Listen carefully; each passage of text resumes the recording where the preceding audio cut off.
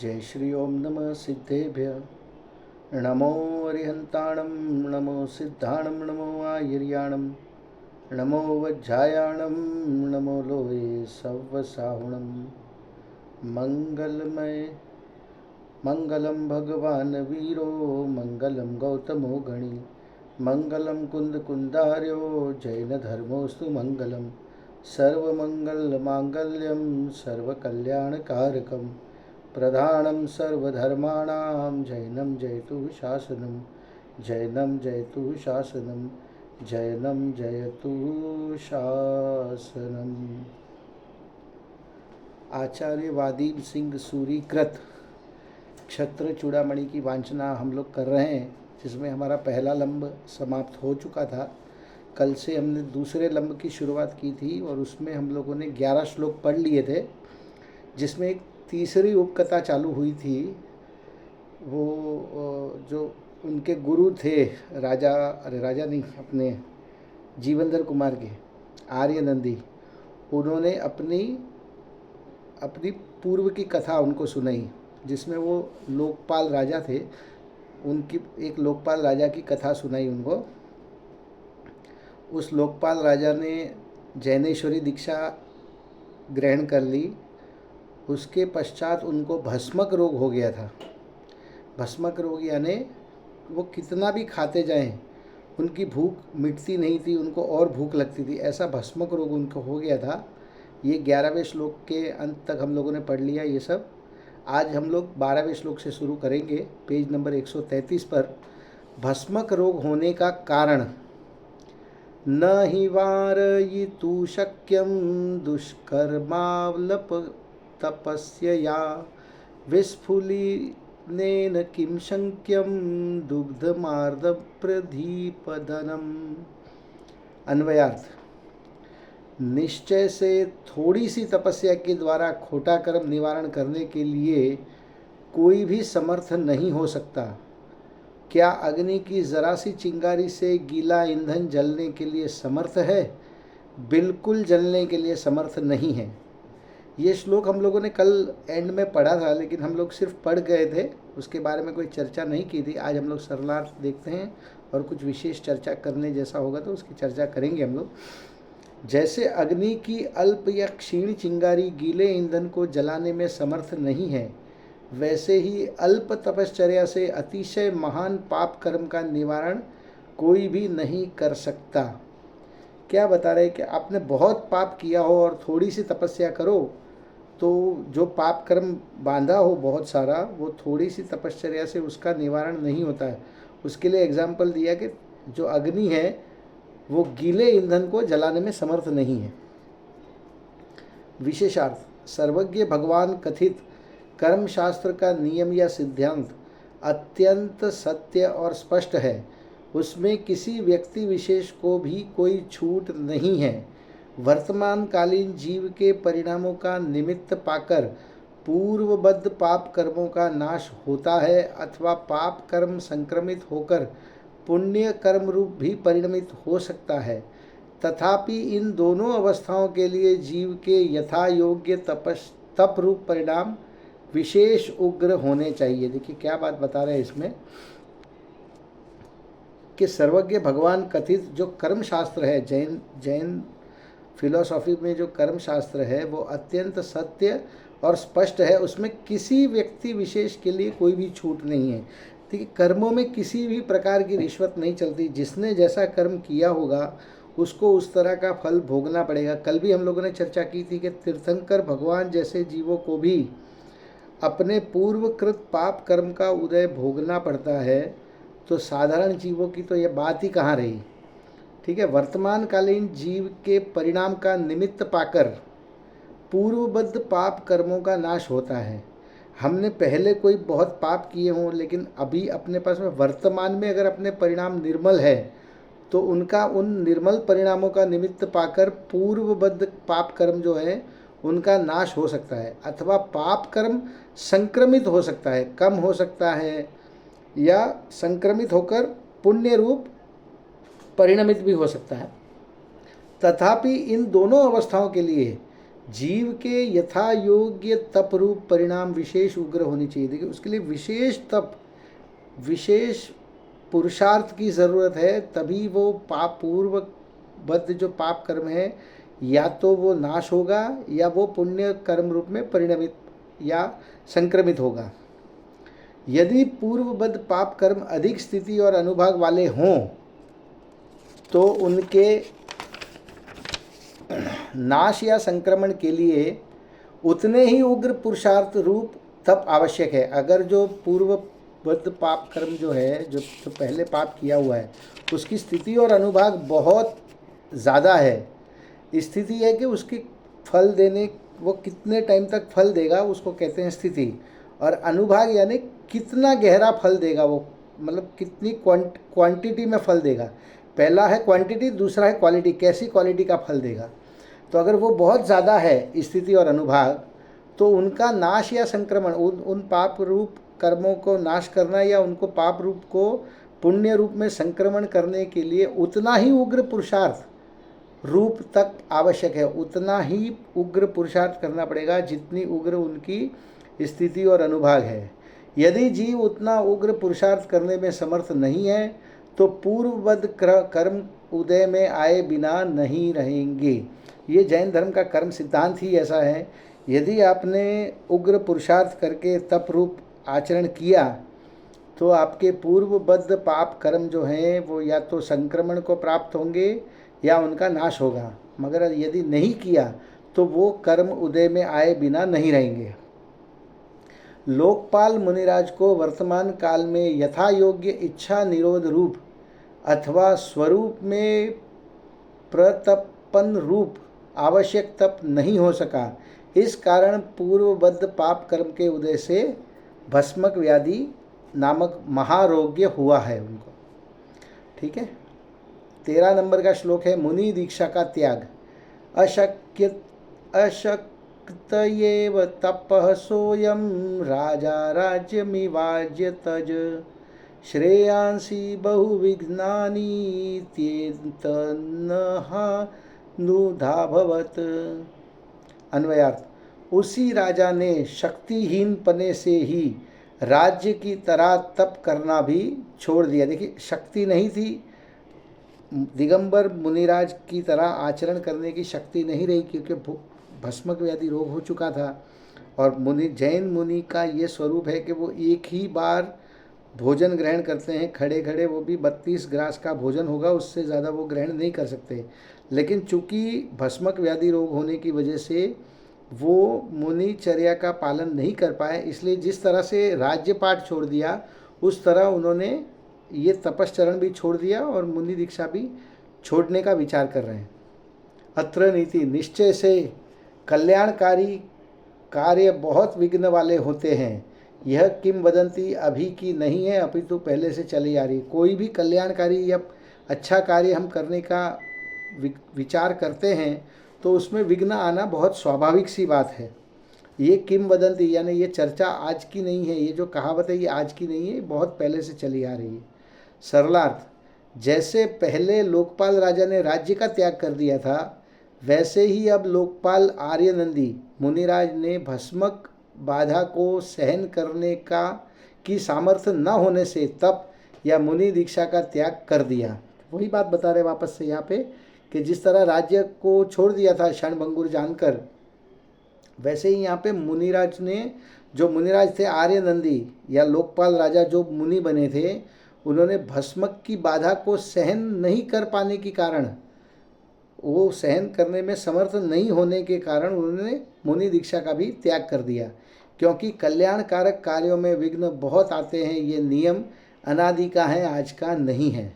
विशेषार्थ, आत्म कल्याण कार्यों में ही विघ्न उपस्थित होते हैं, 5 पाप, 7 व्यसन और मिथ्यात्व में नहीं। क्योंकि आत्मघातक कार्यों में तो जीव परस्पर आचार्यत्व करते हैं, अर्थात एक दूसरे को पाप कार्यों में सलाह देते हैं, सहायता देते हैं। पहले भी एक श्लोक देखा था, राग उदय जग अंध भयो सहजे सब लोगन लाज गवाई सीख बिना नर सीख रहे विषयादिक सेवन की सुधराई। ये पहले भी बात बताई थी कि ये जो 5 पाप हैं, सप्त व्यसन है, मिथ्यात्व है, इनमें तो बाधा आने का चांस ही नहीं, क्योंकि अगर आप सोचो भी कि मुझे ये नहीं करना है तो दूसरे आपको सब ऐसा समझाएंगे, ऐसी सलाह देंगे कि यार ये क्यों छोड़ रहा है तू।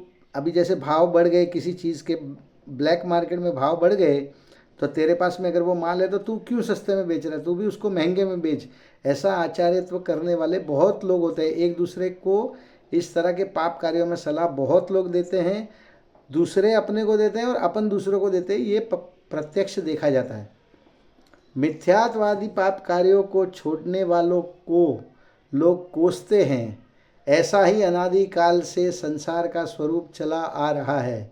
यहाँ मुनि दशा में भस्मक रोग के कारण बाधा उपस्थित हो गई है। जैसे मिथ्यात्वादी अगर पाप कर्म है, हमने अगर किसी को समझाया कि हमारे जो देव हैं वो वीतरागी होते हैं, उनके हाथ में अस्त्र शस्त्र नहीं होते हैं, तो लोग ये समझाते हैं नहीं नहीं, हनुमान जी भी भगवान हैं, शीतला माता भी देवी हैं, उनकी भी पूजा करनी चाहिए। इस तरह से परस्पर आचार्यत्व करते हैं या उनको कोसते हैं लोग कि देखो आपने शीतला माता को नहीं माना इसलिए आपको ऐसा चेचक का रोग हो गया, इनको नहीं माना तो आपके पुत्र की ये तकलीफ़ हो गई, वो फला तकलीफ़ हो गई, ढिमका तकलीफ़ हो गई। ये सब ऐसा आचार्यत्व लोग डेली रूटीन में किया करते हैं और जो नहीं मानते उनको कोसते हैं। अब अगला श्लोक देखते हैं हम लोग 14 नंबर का। 14 और 15 दो श्लोक एक साथ लिए इन्होंने। तपसाच्छादित स्थिष्ठन् स्वैराचारी ही पातकी गुल्मेनान्तर्हितो ग्रहण विष्कारानिवनाफलः अवर्तिष्ठ यथेष्टं स पाखंडित तपसा पुनः चित्रम जैनी तपस्या ही स्वैराचार विरोधिनी। अन्वयार्थ, इसके पश्चात वह स्वेच्छाचारी पापी पुरुष झाड़ियों में छुपे हुए चिड़ियों को पकड़ने वाले व्याध के सदृश झूठे तप से आच्छादित होते हुए, अर्थात तप के बहाने से पाखंड तप के द्वारा इच्छा अनुसार इधर उधर घूमने लगे। किसकी बात कर रहे हैं? जो आर्यनंदी मुनि जिन्होंने दीक्षा ली थी, या जो राजा लोकपाल जिन्होंने आर्यनंदी नाम के मुनिराज की दीक्षा ली थी, उन्होंने जैनेश्वरी दीक्षा को छेद दिया और फिर वो यहाँ वहाँ भटकने लगे। अत्र नीति आश्चर्य है, निश्चय से जैन धर्म के अनुसार तपश्चरण स्वच्छंद आचरण का विरोधी है। अतः मुनि के वेश में तो लोकपाल स्वेच्छाचार में प्रवृत्त हो ही नहीं सकता था। देखिए, जैन धर्म को ले जाना उसको ठीक नहीं लगा, क्योंकि वो खा तो नहीं सकता था बार बार और भूख लगती थी, इसलिए उसने जैनेश्वरी दीक्षा छोड़ दी। सरलार्थ, जिस प्रकार कोई व्याध झाड़ियों में छिपकर पक्षियों को पकड़ने और मारने का कार्य किया करता है, दूसरे को दिखाई नहीं देता, उसी प्रकार लोकपाल मुनि छिपे छुपे स्वेच्छाचार करने लगे। अब क्या है कि जैसे जो कोई चिड़िया का शिकार करने आया हुआ है तो वो झाड़ियों में छुप के शिकार करेगा, किसी के सामने नहीं आएगा, किसी को नज़र नहीं आएगा।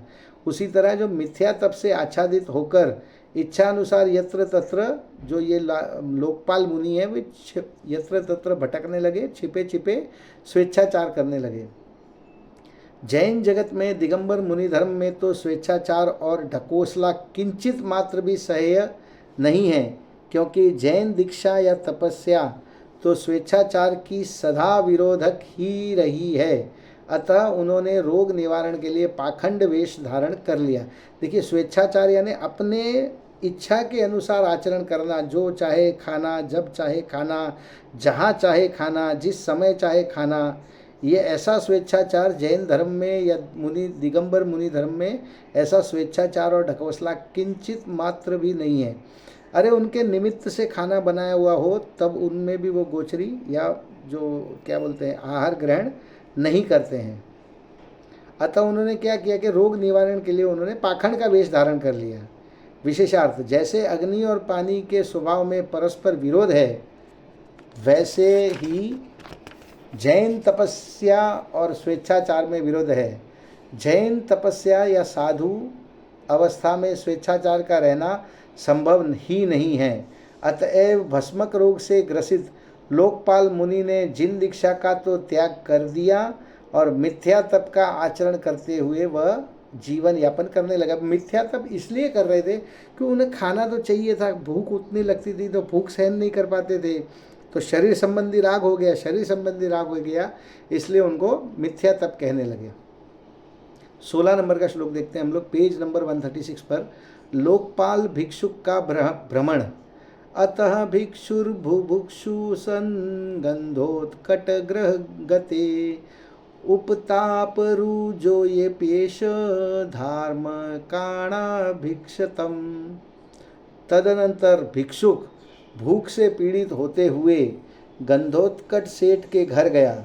यह तापसी रोग से पीड़ित होते हुए भी धर्मात्मा पुरुषों का उत्तम वैद्य था। क्या बता रहे हैं हम लोग सरलार्थ में देखते हैं। भस्मक रोग से पीड़ित अपनी भूख मिटाने के लक्ष्य से एक दिन लोकपाल साधु भेष में ही सेठ गंधोत्कट के घर में पहुंच गया। ये जो साधु का जो क्या बोलते हैं मिथ्या तप आचरण करने वाले साधु का वेश धारण कर लिया था, तो भस्मक रोग से तो पीड़ित था ही, और अपनी भूख मिटाने के लिए उसके लक्ष्य से एक दिन ये लोकपाल साधु वहाँ पे सेठ गंधोत्कट के घर में पहुँचा। यह साधु रोग से पीड़ित होने पर भी धर्मात्मा पुरुषों को उत्तम वैद्य के समान है। विशेषार्थ, वीतराग सर्वज्ञ कथित इस जैन धर्म में वस्तु स्वातंत्र का उद्घोष है। यह एक ही जीव द्रव्य के प्रत्येक गुण का कार्य या परिणमन अतिशय अद्भुत पद्धति से भिन्न भिन्न और स्वतंत्र बताया है। क्या बताया? एक ही जीव है, उसके द्रव्य के प्रत्येक गुण का कार्य या परिणमन अतिशय अद्भुत पद्धति से भिन्न भिन्न और स्वतंत्र बताया है, क्योंकि वस्तु का स्वरूप ही ऐसा है। जैसे मनुष्य के शरीर में जीभ तो जन्म से मरण पर्यंत रहती है, किंतु दांत तो जन्म से नहीं रहते। कुछ समय बाद पहले दूध के दांत निकलते हैं, फिर पुनः नए दांत आते हैं। जैसे जीभ और दांत का स्वभाव है, वैसा ही मोक्ष मार्ग में धर्म या वीतरागता उत्पन्न होते ही श्रद्धा गुण और सम्यक दर्शन रूपी पर्याय सिद्ध समान शुद्ध निर्मल और पूर्ण हो जाती है। जैसे क्या बताया, जीभ और दांत का स्वभाव है, वैसा ही मोक्ष मार्ग में धर्म और वीतरागता उत्पन्न होते ही श्रद्धा गुण भी निर्मल हो जाता है, श्रद्धा गुण भी सिद्ध समान हो जाता है, और सम्यक दर्शन रूपी पर्याय सिद्ध समान ही शुद्ध निर्मल और पूर्ण हो जाती है। कब? श्रद्धा क्या बोलते हैं, मोक्ष मार्ग में धर्म वीतरागता उत्पन्न होते ही अपना श्रद्धा निर्मल शुद्ध जैसा निर्मल सिद्धों जैसा शुद्ध और निर्मल हो जाता है। किंतु चारित्र गुण की पर्याय में निर्मलता और पूर्णता क्रम क्रम से आती है।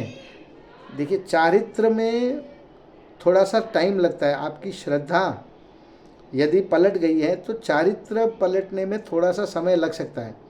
ऐसा श्रद्धा और चारित्र गुण का स्वभाव है। जैसे दांत और जीभ का स्वभाव, इसलिए ये एग्जाम्पल दिया था कि दांत और जीभ के स्वभाव के जैसा चारित्र और श्रद्धा गुण का स्वभाव है। यहाँ दृष्टांत में श्रद्धा के लिए जीभ और चारित्र के लिए दांत को समझाना है कि दांत, जीभ तो पहले से आ जाती है, और दांत जो है पहले दूध के दांत आते हैं, फिर वो टूट जाते हैं और फिर नए पक्के दांत आते हैं। यहाँ लोकपाल ने मुनि पद का तो त्याग किया है, अतः सकल चारित्र तो रहा ही नहीं। तथापि श्रद्धा मुनि पद में जैसी निर्मल और पूर्ण थी, वैसी ही तापसी अवस्था में बनी रही। श्रद्धा में थोड़ा सा फेर हुआ, लेकिन पूर्ण तरह मिथ्या दृष्टि नहीं हुआ। जैसा मुनि पद में जैसा निर्मल था उनका श्रद्धा, वैसा ही तापसी के वेश में बनी रही। अतः भिक्षुक भी धार्मिक लोगों के लिए वैद्य का काम करता है। चारित्र रहित होने पर भी सम्यक दर्शन के कारण जीव धार्मिक रहता है। यह भाव या अभिप्राय आचार्य श्री ने इस श्लोक में समझाया। बहुत गहरी बात बताई है। चारित्र रहित भी यदि सम्यक दर्शन सहित है कोई जीव, तो वो जीव धार्मिक बना रहता है। यहाँ पे आचार्य वादीप सिंह सूरी का यहाँ पर इस श्लोक में ये अभिप्राय है कि चारित्र रहित तो चल सकता है, लेकिन दर्शन रहित हम किसी को नमन नहीं कर सकते। अगला श्लोक देखते हैं 17 नंबर का। धर्मात्मा ही धर्मात्माओं के सहायक, धार्मिकाणां शरण्यं हि धार्मिका एव नापरे अहेर्न कुलवत्तेषां प्रकृत्याने हि द्विद्विष। निश्चय से धार्मिक पुरुषों के रक्षक एवं धार्मिक पुरुष ही होते हैं, दूसरे नहीं। क्या बताया? निश्चय से धार्मिक पुरुषों के रक्षक धार्मिक पुरुष ही होते हैं, दूसरे नहीं। और दुर्जन पुरुष सर्प नेवले के सदृश स्वभाव से सज्जन पुरुषों के शत्रु होते हैं। धार्मिक पुरुष होगा वो ही धार्मिक पुरुष का सहायक होगा, लेकिन जो दुर्जन होंगे वो सर्प और नेवले के सदृश सज्जन पुरुषों के शत्रु होते हैं, उनको सज्जन पुरुष बिल्कुल भी नहीं सुहाते। सरलार्थ देखते हैं हम लोग। धर्मात्मा ही धर्मात्माओं के सहायक होते हैं, अधर्मात्मा जीव धर्मात्माओं के सहायक नहीं होते। जैसे सर्प और नेवले में परस्पर स्वाभाविक द्वेष ही रहता है, वैसे ही धार्मिक जीवों के प्रति अधार्मिक जीवों की में स्वाभाविक द्वेष ही रहता है। क्या बताया कि जैसे एक धार्मिक जीव होगा उसको दूसरे धार्मिक जीव के प्रति राग रहेगा और वो उसकी हर क्रिया में सहायता करेगा, मगर जो अधार्मिक जीव होगा वो सर्प और नेवले की तरह परस्पर धार्मिक जीवों से बैरभाव रखेगा, द्वेष रखेगा। विशेषार्थ समानशीलेषु व्यसनेषु सख्यम, यानी समान रुचिवान जीवों की परस्पर मैत्री होती है। ये हम लोग डेली रूटीन लाइफ में भी देखते हैं कि जिसको जिस तरह की रुचि होती है वैसे ही उसके मित्र बन जाते हैं, ठीक है ना। आप यदि मंदिर जाने वाले हों तो आपका ग्रुप जो भी 2 4 5 10 लोगों का होगा वो सुबह उठ के मंदिर जाने वाला होगा। यदि आपको शरीर की क्रिया का रुचि हो कि जिसको जिम करना हो, वॉकिंग करना हो, तो आपका ग्रुप सर्कल भी वैसा ही बन जाएगा। यदि आप बिजनेसमैन के हों तो आपके 24 घंटे जो बिजनेस की ही चर्चा करेंगे वैसे ही आपकी मित्र मंडली होगी। तो यहाँ पे यही बात बता रहे हैं कि समान रुचिवान जीवों की परस्पर मैत्री होती है।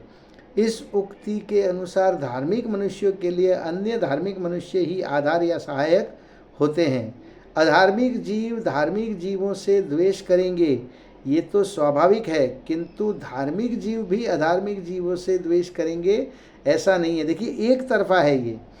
धार्मिक जीव धार्मिक जीवों के प्रति भी राग कर सकता है और अधार्मिक जीवों के प्रति भी राग कर सकता है, लेकिन अधार्मिक जीव जो है वो धार्मिक जीवों के प्रति द्वेष करेगा, परंतु धार्मिक जीव अधार्मिक जीवों के प्रति द्वेष करे कि नहीं करे ऐसा ज़रूरी नहीं है।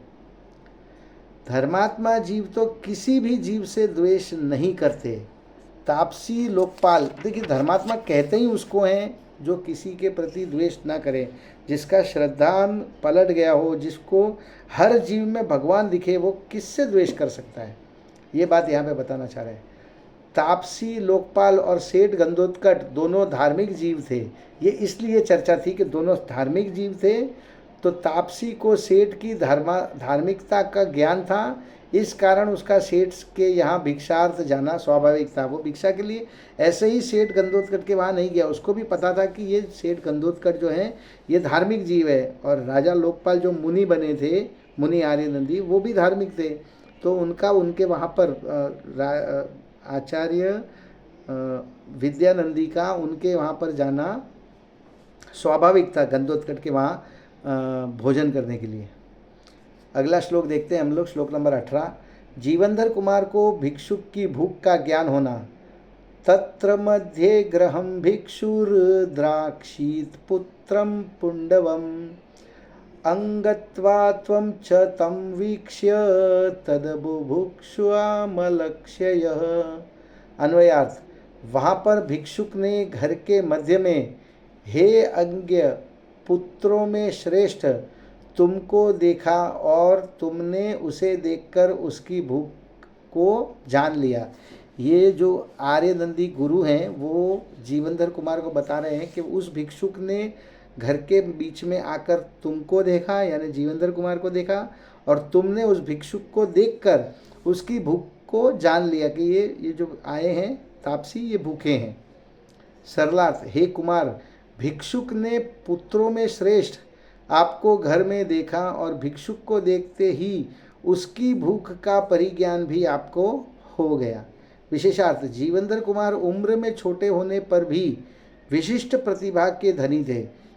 भिक्षुक ने भोजन नहीं मांगा था, वह घर के आंगन में मात्र खड़ा हुआ था। उसकी आकृति और हाव भाव देखकर ही कुमार ने जान लिया कि भिक्षुक अत्यधिक भूखा है। देखिए, ज्ञानी थे, बहुत बहुत विशिष्ट ज्ञान था उनको। इससे उन्होंने अंदाज़ा लगा लिया, उनके हाव भाव से और खड़े रहने की स्टाइल से जीवेंद्र कुमार ने जान लिया कि ये जो तापसी भिक्षुक है ये बहुत अत्यधिक भूखा है। भिक्षुक को भोजन कराने का आदेश। भोक्तु कुमार भमाणस्त्वं पौरागवमचीकतः भोज्यताम यमीत्येष पुनरेनम बुभुजत। अन्वयार्थ, श्लोक नंबर 19 का। भोजन करने के लिए प्रवृत्त तुमने इनको भोजन कराओ, ऐसा रसोइये से कहा। फिर इस रसोइये ने इसको भोजन करा दिया। जीवेंद्र कुमार ने अपने रसोइये से कहा कि इनको भोजन कराओ, और उन रसोइये ने फिर उस भिक्षुक को भोजन कराया। सरलार्थ, हे कुमार, भोजन करने के लिए प्रवृत्त आपने भोजन को उद्यत भिक्षुक को भोजन कराने के लिए रसोइये को आदेशित किया, और रसोइये ने भिक्षुक को भोजन कराना प्रारंभ किया। आप भी अपना भोजन ग्रहण करने के लिए जा रहे थे, आप भी भोजन की प्रवृत्ति में मग्न थे, और आपने भिक्षुक को देखकर अपने रसोइये को ये आदेश दिया कि इनको भोजन कराइए, और उस रसोइये ने उन भिक्षुक को भोजन कराना प्रारंभ किया। अगला श्लोक देखते हैं 20 नंबर का। भोजन से भिक्षुक अतृप्त। देखिए क्या हुआ, खाना तो दे दिया लेकिन भस्मक व्याधि रोग था उनको, तो इसलिए जितना भी खाना खाया उससे वो अतृप्त रहा। अत्रस्तदग्रह संपन्नैर्नाभूतक्षुतिपूरणम् अहो पापस्य घोरत्वमाशाब्धिकेन पौर्यते।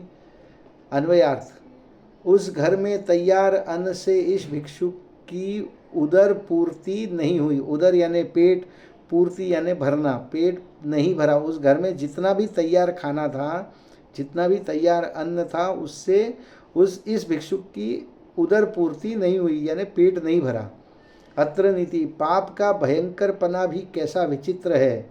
आशा रूपी समुद्र किससे पूर्ण हो सकता है। अब खाने की बहुत आशा है, तो आशा रूपी समुद्र तो कभी भरेगा नहीं। एक खाएगा तो दूसरे की आशा जगेगी, दूसरा खाएगा तो तीसरे की आशा जगेगी, और ऐसा निरंतर चलता रहेगा। सरलार्थ देखते हैं हम लोग। रसोई घर में जितना भोजन था उसे खा चुकने पर भी भिक्षुक का पेट नहीं भरा, वह भूखा का भूखा ही रहा। अहो आश्चर्य है कि पापोदय की भयंकरता कितनी विशाल है। आशा रूपी समुद्र को कौन भर सकता है, अर्थात कोई नहीं भर सकता। विशेषार्थ, असाता वेदनीय की उदीर्णा से जीव को भूख लगती है। असाता वेदनी का उदय हो, उस कारण से जीव को भूख लगती है। सेठ के घर का संपूर्ण भोजन खाने पर भी जिसका पेट न भरा हो, उसकी असाता वेदनीय की उदीर्णा विशेष है। विशेष इसलिए है कि भस्मक व्याधि रोग है, यह तो स्पष्ट है ही।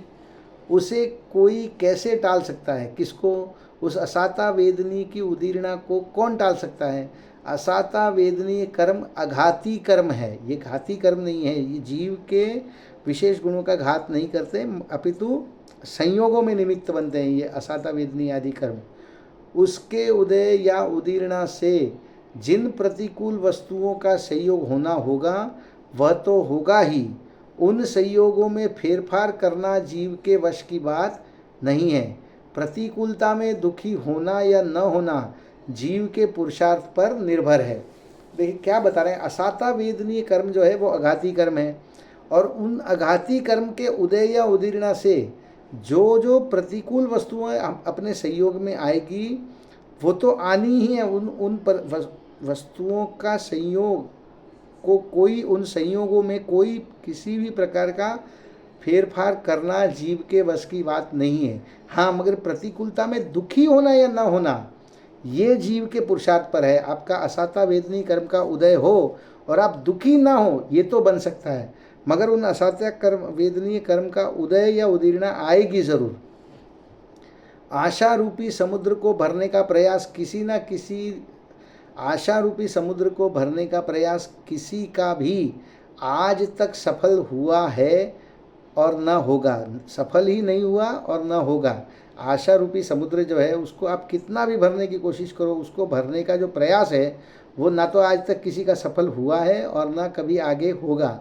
आशा रूपी गड्ढा प्रत्येक प्राणी के होता है। वह आशा रूपी गड्ढा या कूप ऐसा है कि उस एक गड्ढे में समस्त लोक अणु समान है और लोक तो एक ही है, तब किसको कितना हिस्से में आएगा। ये रेफरेंस इन्होंने दिया है आचार्य गुणभद्र कृत आत्मानुशासन के श्लोक नंबर 36 से। उसको आप देखेंगे तो आपको इसकी विशेष स्पष्टता आएगी। मतलब यही बताना चाह रहे हैं कि आशा रूपी गड्ढा जो है वो किसी प्राणी का कभी भरेगा नहीं। सभी जीवों की सभी आशाएं कभी पूर्ण हो ही नहीं सकती, ना पहले कभी हुई है ना फ्यूचर में कभी होगी। लेकिन अपने को तो एक ही इच्छा करनी चाहिए कि हम इन आशाओं पे विराम लगाएं और अपने मोक्ष मार्ग का प्रारंभ करें। इसी मंगल भावना से आज की चर्चा को हम समाप्त करते हैं। अभी जिनवाणी स्तुति। हे जिनवाणी भारती तो हे जपू दिन रैन, जो तेरी शरणाग्रही सो पावे सुख चैन। जिनवाणी के ज्ञान ते सूझे लोकालोक, सो वाणी मस्तक नमो सदा देत हूँ ढोक, सदा देत हूँ ढोक, सदा देत हूँ ढोक। जय जिनेन्द्र।